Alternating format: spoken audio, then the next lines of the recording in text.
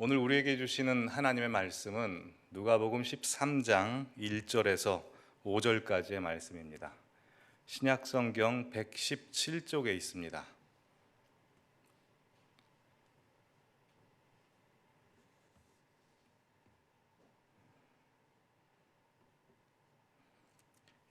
(1절부터) (5절까지) 다 함께 봉독하시겠습니다.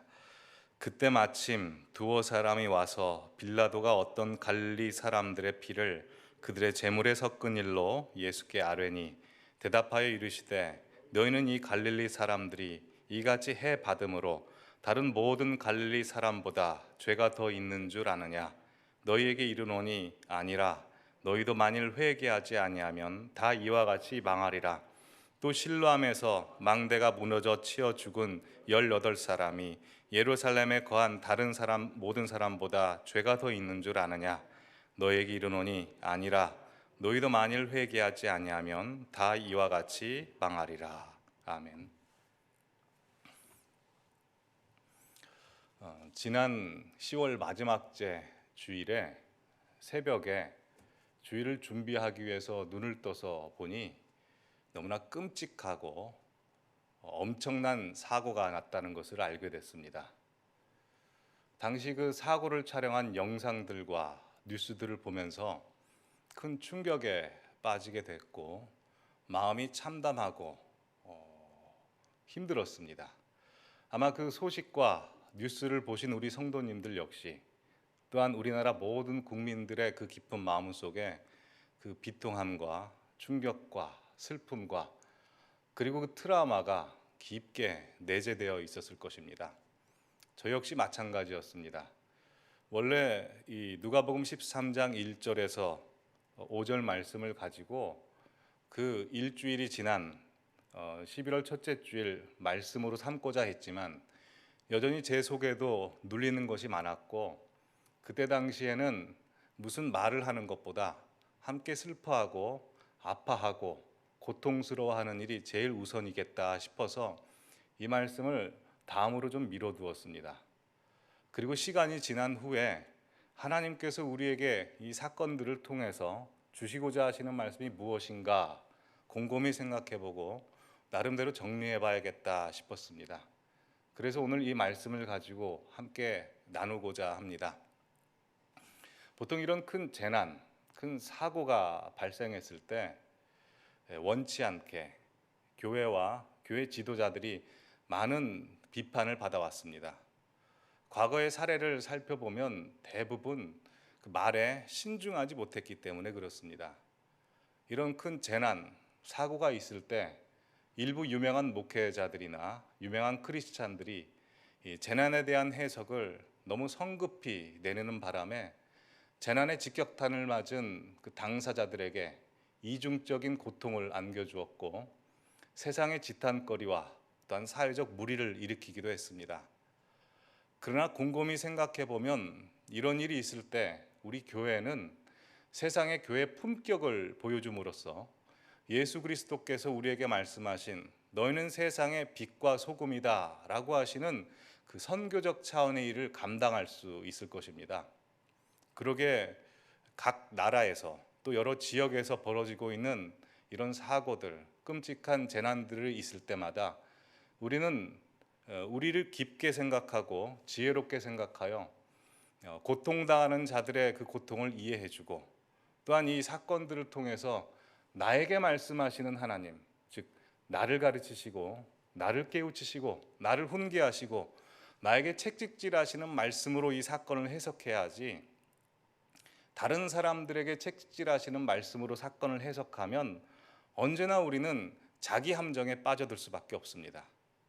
그러게 이런 사건들을 통해서 나에게 하시는 하나님의 말씀이 무엇인지를 파악하고 또한 이 땅의 다음 세대들과 젊은이들을 어떻게 더 사랑하고 어떻게 더 품고 어떻게 더 세워야 되는지를 곰곰이 생각해보고 기도하는 것이 이 한국교회와 그리고 한국 교인들에게 하나님께서 요구하시고 원하시는 일이실 겁니다. 그러게 오늘 말씀을 통해서 세계 각국에서 도처에서 벌어지고 있는 큰 재난, 이런 큰 사고들을 볼 때 우리는 믿는 자로서 어떻게 바라보고 이해하며 대처하고 대응해야 하는지를 함께 나누고자 합니다. 가장 먼저 이런 큰 재난, 큰 사고가 발생했을 때 가장 흔히 내리는 해석은 이 재난을 당한 그 나라, 그 민족, 그 지역, 그 사람이 하나님 앞에 큰 죄를 지었다고 하는, 하나님이 심판하셨다고 하는 심판설이 가장 유력하고 많습니다. 물론 하나님께서는 우리 인간들의 죄를 미워하시고 의를 사랑하시는 공의로운 하나님이 맞습니다. 그리고 하나님 우리가 죄를 지었을 때 그냥 넘어가시는 분이 아니시라 반드시 짚고 회개케 하시거나 심판하시는 분입니다. 그러나 우리에게 벌어지는 모든 일들에 대해서 다 하나님의 심판이다 라고 너무 쉽게 빠르게 그리고 성급하게 해석을 하면 많은 질문거리들과 많은 문제들을 양산하게 됩니다. 일례로 지금으로부터 한 18년 전 2004년도에 인도네시아 수마트라 섬에는 그 쓰나미가 밀어닥쳐서 28만 명이라는 수많은 그리고 소중한 목숨을 잃었습니다. 당시 우리나라 유명한 목회자 중에 한 분께서 설교 말씀 중에 그 쓰나미가 인도네시아에 발생한 이유는 그 나라 안에 이슬람 인구가 가장 많기 때문에 하나님께서 분노하셔서 진노하셔서 내린 심판이라고 하셨지요. 물론 그것이 하나님의 심판일 수도 있고 아니었을 수도 있습니다. 그러나 그 목사님의 설교의 논지, 즉 그 나라 안에 이슬람 인구가 가장 많기 때문에 하나님이 쓰나미를 보내신 것이다, 심판하신 것이다 라는 데에는 우리가 좀 더 깊이 생각해 볼 필요가 있습니다. 왜냐하면 그 인도네시아 안에는 이슬람 인구뿐만 아니라 하나님을 믿는 기독교 인구가 10%나 되기 때문에 그렇습니다. 정말 하나님께서 인도네시아 안에 있는 이슬람 인구를 분노하셔서 심판하시기에 쓰나미를 보내셨다면 왜 그 쓰나미에 선량한 기독교인들까지 희생을 당해야 됩니까? 아니 100번 양보하고서라도 전 국민이 이슬람을 믿고 있는 저 사우디아라비아는 왜 그런 재난이 벌어지지 않고 오히려 자원만, 기름만 철철 넘치겠습니까? 그 재난이 왜 인도네시아였고 사우디아라비아는 아니었는지는 우리가 곰곰이 한번 질문을 던져봐야 된다는 겁니다. 그리고 그 이듬해 2005년도에 미국 멕시코만에서 태풍 카트리나로 많은 피해가 입었습니다. 그때 미국의 뉴올리언즈 시는 그 80%가 물에 잠겼습니다.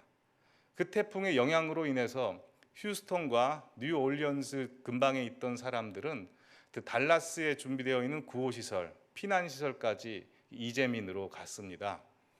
당시에 그 달라스라는 지역은 이제 세대주의 신앙이 굉장히 강력한 곳으로 그 일부 목사님들이 이렇게 설교했습니다. 뉴올리언스가 80%가 물에 잠긴 이유는 그 뉴올리언스에 세계에서 가장 큰 동성애 축제가 있기 때문에 하나님께서 그 땅에 분노하셔서 심판하신 거라고 했습니다. 근데 그 설교 때문에 뉴올리언스에서 달라스에 와 있는 수많은 이재민들이 두 번 상처를 받았죠. 홍수로 인해서 집이 잠기고 가정을 잃었는데 그 목사님의 설교 때문에 두 번 상처를 받았습니다. 물론 그것이 하나님의 심판이었을 수도 있고 아니었을 수도 있습니다. 그런데 그것이 만약 하나님의 심판이었다면 동성애 인구가 가장 많은 저 샌프란시스코는 왜 안전한 겁니까? 우리도 이 질문을 균등하게 던져볼 필요가 있다는 것이죠. 물론 그 재난이 벌어진 그 이유를 따지고 보면 재난이 벌어질 수밖에 없는 개연성을 다 찾을 수 있습니다. 재난이 벌어진 그 지역, 민족, 문화, 그 나라를 따지고 보면 하나님이 싫어하실 만한 신학적 조건을 다 찾을 수 있습니다. 민감한 문제이긴 하지만 10월 마지막 주일에 벌어진 그 참사가 벌어진 그 지역은 누구도 부인할 수 없이 우리나라에서 가장 향락 문화가 판치는 곳이고 또 남성과 여성의 그 구분이 너무 혼잡이 되어 있는 상징적인 지역입니다. 하나님께서 싫어하실 만한 조건을 충분히 찾을 수 있죠. 근데 곰곰이 생각해 보면 그런 지역이 거기뿐이겠습니까? 일례로 우리와 가까이 있는 저 선릉역부터 강남역 그 큰 빌딩 뒤에 숨겨져 있는 그 어둠의 장소들은 하나님께서 심판하셨어도 옛날에 심판하셨어야 될 곳입니다. 그러기에 우리는 이것이 하나님의 심판이었다 말하기 전에 곰곰이 생각해 봐야 될 것은 어느 나라, 어느 민족, 어느 지역이나 죄를 짓지 않는 곳이 어디 있습니까? 이 세상은 다 죄가 관영해 있습니다. 우리가 그 지역, 그 민족, 그 나라를 호명하지 않아도 이미 하나님의 심판을 받을 만한 조건이 충분히 갖춰져 있습니다. 이 세상은 하나님의 진노 아래에 있어서 하나님의 인내 임계점을 이미 넘어섰습니다. 그래서 하나님이 아예 눈을 감고 어느 나라, 아무 민족, 어느 지역, 어느 사람이나 심판하신다 할지라도 우리는 토를 달 수가 없습니다. 특별히 그 나라여야 할 필요 없고 그 민족이어야 할 필요 없고 내가 제외돼서도 안 되는 것입니다. 어느 지역, 어느 나라, 어느 지역에 국한될 수 없습니다. 하나님의 심판이라는 것은. 그러기에 우리는 그것이 하나님의 심판이었다라고 섣불리 말해서도 안 되지만 또 분명히 짚고 넘어가야 되는 것은 이게 하나님의 심판이 아니었다라고 외면해서도 안 되는 겁니다. 왜냐하면 하나님께서는 모든 사건과 사고들을 통해서 우리에게 경고하시고 메시지를 주고 있습니다. 그 믿는 자로서 그 메시지가 무엇인지를 우리는 파악을 해야 합니다. 그러나 오늘 말씀드리고자 하는 것은 우리가 만약 저 사람들은 죄가 많아서 심판을 받은 것이고 우리는 죄가 덜했기 때문에 심판이 지나간 것이다 라고 말하는 그 이면 속에는 그래도 나는 저 사람들보다 괜찮은 거 아닌가라는 도덕적 우월감이 속에 내포되어 있는 건 아닙니까? 오늘 본문에서 예수님께서 우리에게 지적해서 말씀하시고자 하는 것은 바로 이 도덕적 우월감에 대해서 경고하시고자 하시는 말씀입니다. 오늘 누가복음 13장 1절에서 5절을 다시 한번 읽어보겠습니다. 그때 마침 두어 사람이 와서 빌라도가 어떤 갈릴리 사람들의 피를 그들의 제물에 섞은 일로 예수께 아뢰니 대답하여 이르시되 너희는 이 갈릴리 사람들이 이같이 해받음으로 다른 모든 갈릴리 사람보다 죄가 더 있는 줄 아느냐? 너희에게 이르노니 아니라 너희도 만일 회개하지 아니하면 다 이와 같이 망하리라. 또 실로암에서 망대가 무너져 치어 죽은 18사람이 예루살렘에 거한 다른 모든 사람보다 죄가 더 있는 줄 아느냐? 너희에게 이르노니 아니라 너희도 만일 회개하지 아니하면 다 이와 같이 망하리라 라고 되어 있습니다. 당시 예수님의 공생의 시절에 큰 두 가지 재난의 사건이 있었습니다. 가장 먼저 빌라도가 예루살렘에 물이 부족했기 때문에 수로 공사를 하려고 했는데 비용이 부족한 겁니다. 당시 예루살렘 성전 안에서도 물을 많이 사용하기 때문에 성전의 기금을 빼와서 그 공사하는 데 씁니다. 극렬한 율법주의자들이 이제 반대를 하고 시위를 하는데 빌라도가 그들을 폭력으로 제압하여 다 죽여버립니다. 그리고 그들의 피를 제사 드릴 때 함께 뿌려버리죠. 그런 사건이 하나 있었고, 두 번째는 실로암 망대를 크게 지었는데 그 망대가 무너져 버리는 겁니다. 그래서 18명이 순간 다 죽음을 당하게 됐죠.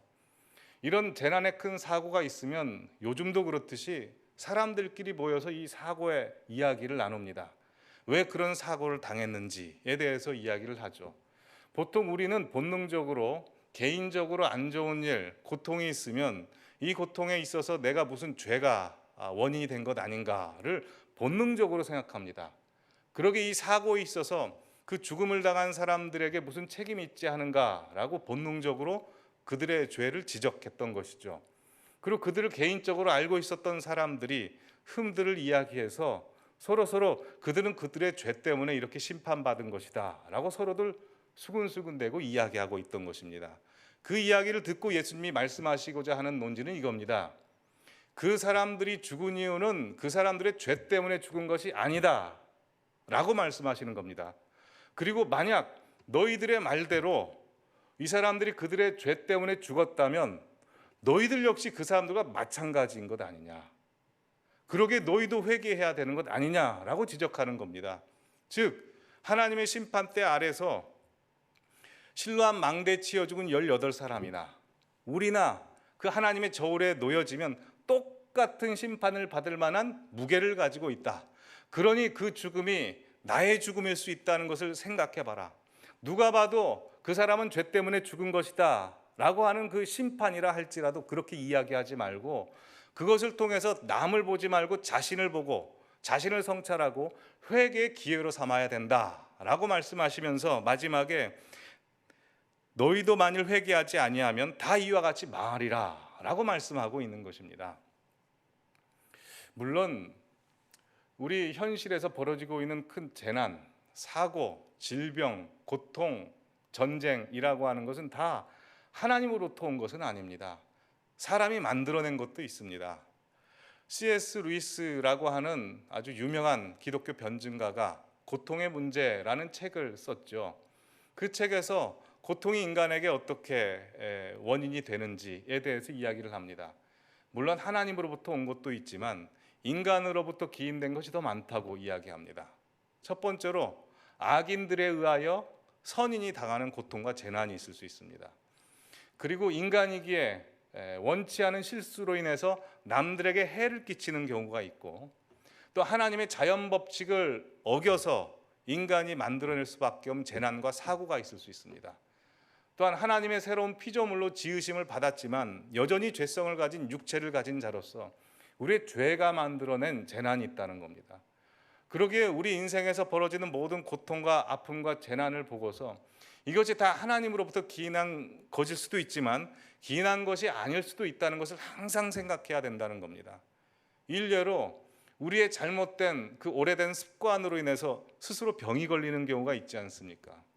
술을 넘치도록 무분별하게 마신다든가 담배를 오랫동안 핀다든가 하면 내 스스로가 내 병을 키우는 것입니다. 그러기에 인간에게 닥치는 모든 재난과 고난이라고 하는 것은 하나님으로부터 온 것도 있지만 우리 스스로 만들어낸 것도 있다는 겁니다. 그럼 근본적인 것을 한번 살펴봅시다. 사실 인간이 당하는 고통, 질병, 죽음이라고 하는 그 근본적인 원인을 따지고 보면 우리 모두 다 알다시피 아담과 하와가 지은 최초 인류가 지은 원죄 때문에 다 들어왔습니다. 아담과 하와 때문에 영생이 사라지게 됐고 우리는 죽음을 경험하고 한계를 경험하며 땀을 흘려야 되고 병이 나고 고통과 비극을 경험할 수밖에 없게 됐습니다. 그러기에 우리에게 벌어지는 모든 일들은 근본적으로 다 하나님의 심판과 하나님을 떠나서 벌어지는 일이라고 할 수 있습니다. 그럼 이렇게 반문하실 수도 있죠. 우리에게 벌어지는 모든 사고들, 고통들이 근본적인 이유가 다 하나님의 심판이라면 이게 하나님의 심판이라고 정직하게 이야기하거나 하나님의 심판이라고 인정해야 되는 것 아닙니까? 라고 반문할 수도 있습니다. 근데 분명히 말씀드립니다. 그것이 하나님의 심판이었을 수도 있고 아닐 수도 있습니다. 그러나 중요한 것은 우리는 모른다라는 것입니다. 그것이 하나님의 심판이고 아니고는 전적으로 하나님의 주관과 하나님의 소관에 달려있는 것이지 우리에게 달려있는 것은 아닙니다. 그렇게 하나님이 하시기 전에 내가 나의 칼을 먼저 꺼내들어 휘두르는 것은 영적인 오만입니다. 또한 여기서 깊게 들어가 봅시다. 누가 봐도 하나님의 심판이고 그들의 죄 때문에 망한 것이다 라고 할지라도 우리는 그게 하나님의 심판이라고 말해서도 안 됩니다. 그럼 이렇게 질문할 수 있죠. 이스라엘이 멸망했을 때 예언자들이 이스라엘의 죄를 보고 이게 하나님의 심판이다 라고 이야기한 건 무엇입니까? 시간 순서를 한번 따져봅시다. 예언자들이 이스라엘이 멸망한다, 하나님이 심판하신다 라고 할 때는 멸망하기 이전에 했던 겁니다. 멸망하고 나서는 그때부터는 죄를 회개해야 되는 겁니다. 아브라함의 경우를 봅시다. 소돔과 고모라 땅을 보고 하나님께서 너무 참으실 수가 없어서 그 땅을 멸망시키기로 작정하십니다. 그리고 소돔과 고모라의 통치자들에게 찾아가시는 것이 아니라 아브라함에게 찾아가시죠. 아브라함에게 찾아가셨다는 것은 소돔과 고모라 땅의 영적 책임을 누구에게 묻고 있냐면 아브라함에게 묻고 있는 겁니다. 세상 통치자들에게가 아니라 믿음의 사람에게 묻고 있다는 겁니다. 그럼 여기서 생각해 볼 것은 소돔과 고모라 땅이 타락했고 멸망당할 수밖에 없는 땅이라는 걸 누가 가장 먼저 알았겠습니까? 하나님 외에는 아브라함이 가장 잘 알고 있었던 내용입니다. 당연히 이렇게 생각할 수 있죠. 저 사람들은 죄가 많고 너무 문란하기 때문에 하나님이 심판하셔야 된다. 불로 태워버리셔야 되고 물로 쓸어버려도 마땅한 곳이다 라고 이야기해도, 그렇게 생각해도 당연한 것입니다. 그러나 아브라함은 그렇게 하지 않습니다. 하나님을 보자마자 하나님 옷자락을 잡으면서 하나님 그 땅 불쌍히 여겨주셔야 됩니다. 진노 중에라도 긍휼히 여겨주셔야 됩니다. 제가 그 땅에서 의인 10명 찾아내겠습니다. 50명 찾아내겠습니다. 생각해 보니까 50명도 없는 겁니다. 그러니 하나님께 다시 구하죠. 45명 찾아내겠습니다. 그렇게 해서 10명까지 내려가는 겁니다. 마치 자기 자녀가 죄를 지었는데 부모가 재판장 앞에서 나를 봐서 우리 자녀 한 번만 용서해 달라고, 기회를 한 번만 제발 달라고 구걸하는 아버지의 심정으로 하나님 앞에 그렇게 간구하는 아브라함의 자세를 볼 수가 있습니다. 거기에는 누구를 정죄하거나 심판하는 것이 아무것도 없다는 것입니다. 그러기에 우리가 뉴스를 통해서 세계 각지에서 벌어지고 있는 그 재난들과 사고들에 대하여 저 사람들은 예수를 안 믿으니까 저런 일을 당해도 저 사람들은 선교사들을 그렇게 핍박하니까 그런 일이 당하는 거야 라고 말하기 전에 하나님 저 땅을 용서해 주십시오, 불쌍히 여겨 주십시오, 어떻게 해야 됩니까? 라고 하는 마음을 우리도 아브라함처럼 가져야 되지 않을까요? 이미 우리 성도님들은 그 마음을 갖고 계실 겁니다. 이 창세기에 나온 아브라함의 기도는 대속적인 기도입니다. 마치 예수 그리스도가 십자가에 달려 죽으셨을 때 수많은 사람들이 손가락질하며 희롱하죠. 네가 만약 하나님의 아들이거든 거기서 내려와 봐라. 옷을 찢고 뺨을 때리고 조롱합니다. 거기에다 대고 예수님은 하나님께 이렇게 기도하죠. 하나님, 저들은 저들이 하는 일을 모릅니다. 용서해 주십시오. 스데반도 자기를 향해 돌을 던지는 사람들을 향해서 하나님 용서해 주십시오 라고 기도하는 겁니다. 아브라함도 마찬가지입니다. 아브라함도 그렇게 하나님 앞에 기도하는 겁니다. 소돔과 고모라 백성들이 죄를 지었지만 회개는 아브라함이 하는 겁니다. 회개하라고 소돔과 고모라 백성들에게 하는 것이 아니라 회개는 아브라함이 합니다. 이스라엘 백성들이 죄를 지었지만 회개는 느헤미야가 하고 다니엘이 하는 겁니다. 모든 인류가 죄를 지었지만 그 죄의 책임은 우리가 짓는 게 아니고 예수 그리스도께서 지시는 거 아닙니까? 하나님께서 이 땅에 벌어지는 모든 일들, 죄에 대해서 누구에게 책임을 묻고 계시겠습니까? 우리에게 어떤 기도를 요구하고 계십니까? 그 참사가 벌어질 때 아마 우리 성도님들 가슴 속에서도 이런 탄식과 안타까움을 가지셨을 겁니다. 저 젊은이들은 그 속에 무엇이 곤고해서 거기를 갈 수밖에 없었을까? 그 공고한 영혼 속에 우리가 무엇을 채워주었고 무엇을 가르쳐왔고 기독교인으로서 무엇을 전해주었길래 이 땅의 젊은이들이 복음으로 말미암아 채워지지 못했을까 하는 마음 가지셨을 것입니다. 우리가 그 마음을 가져야 됩니다. 그 사고가 벌어진 날은 아주 아이러니컬하게도 종교개혁주의를 앞두고였습니다. 종교개혁주의라고 하는 것은 이 땅의 믿음과 복음이 다 무너질 때 하나님께서 종교개혁자들을 그 한 사람을 세우셔서 믿음을 올곧게 세우시고 모든 세대들을 하나님 앞에 모으게 하신 각 나라의 그 종들을 세우셨습니다. 스코틀랜드 종교개혁가 존 녹스는 하나님 앞에 이렇게 기도했습니다. 하나님, 스코틀랜드를 저한테 주십시오. 아니면 저에게 죽음을 주십시오. 그가 죽음을 달라고 그렇게 기도한 것은 스코틀랜드 영혼에 대한 빚진 마음을 갖고 있었기 때문에 그렇습니다. 하나님, 저 영혼들 불쌍합니다. 제가 책임져야 됩니다. 라는 영적인 책임자로서 하나님 앞에 그렇게 다가가는 겁니다. 부흥의 시대를 읽었던 감리교의 창시자인 요한 웨슬레이도 하나님 앞에 사람들 앞에 이렇게 기도합니다. 전 세계는 저의 교구입니다. 제가 책임져야 될 영혼들입니다. 불쌍한 영혼들 제가 다 구하겠습니다 라고 하나님 앞에 모든 세계를 품고 기도합니다. 하나님께서 우리 기쁜 소식교회에 요구하시는 것이 무엇일까요? 그런 세상에 벌어지는 그 재난들을 통해서 우리에게 요구하시고 있는 메시지가 무엇일까요? 저에게 하나님께서 주셨던 메시지는 이것이었습니다. 그 참사를 보시고 누구보다도 하나님께서 고통스러워하시고 아파하시면서 주신 메시지는 너 다음 세대 어떡할래? 이 젊은 세대들 어떡할래? 믿음이 다 무너지고 복음 위에 서지 못하는 그 다음 세대를 어떡할래? 라고 책임을 묻고 계시는 메시지였습니다. 우리의 신앙적 평가라고 하는 것은 우리 세대의 열매를 맺지 않습니다. 항상 우리 자녀 세대, 다음 세대의 열매를 통해서 우리의 신앙적 평가가 이루어집니다.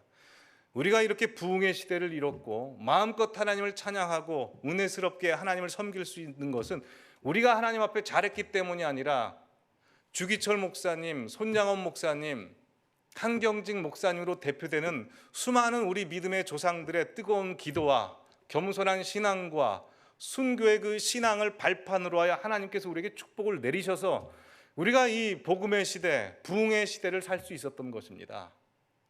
그렇다면 우리 다음 세대는 지금 어떨까요? 저희 세대만 해도 그래도 복음에 관심은 있었습니다. 그래서 안티 세력이 많았죠.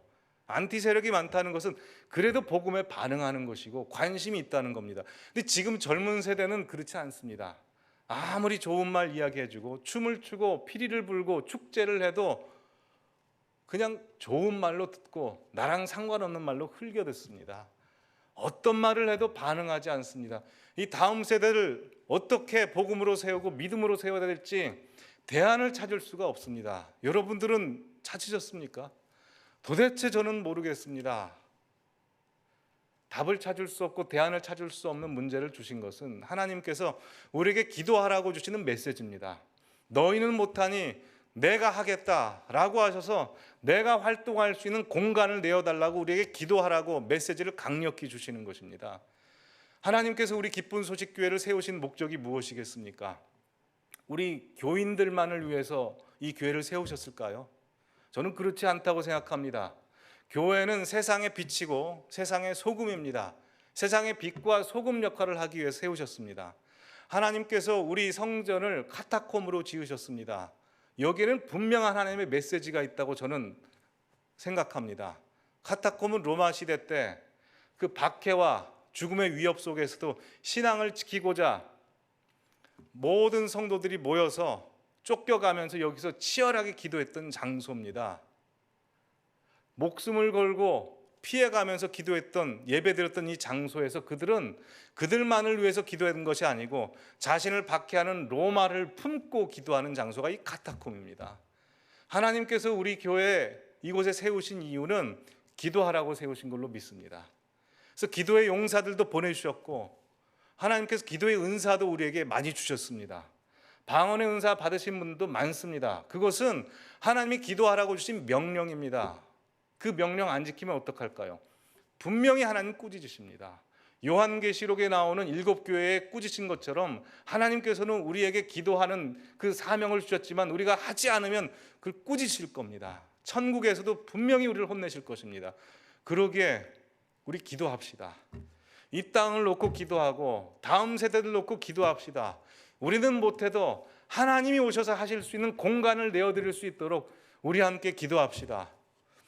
역대하 7장에 보면 이런 말씀이 있습니다.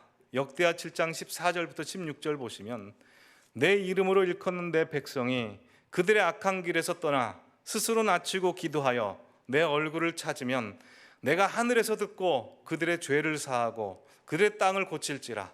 이제 이곳에서 하는 기도에 내가 눈을 들고 귀를 기울이니 이는 내가 이미 이 성전을 택하고 거룩하게 하여 내 이름을 여기에 영원히 있게 하였음이라.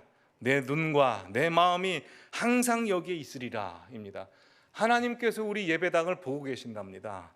예배당에 귀를 기울이시고 우리의 기도 소리를 듣기 원하신답니다. 우리 기도합시다.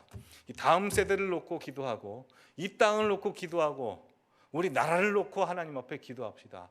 그 영적 책임을 우리 성도님들 각자에게 하나님이 묻고 계시다는 걸 아셔서 그렇게 하나님 앞에 나아가는 우리 성도님들 되시기를 간절히 바랍니다. 이 시간 다 함께 찬양하며 기도하겠습니다.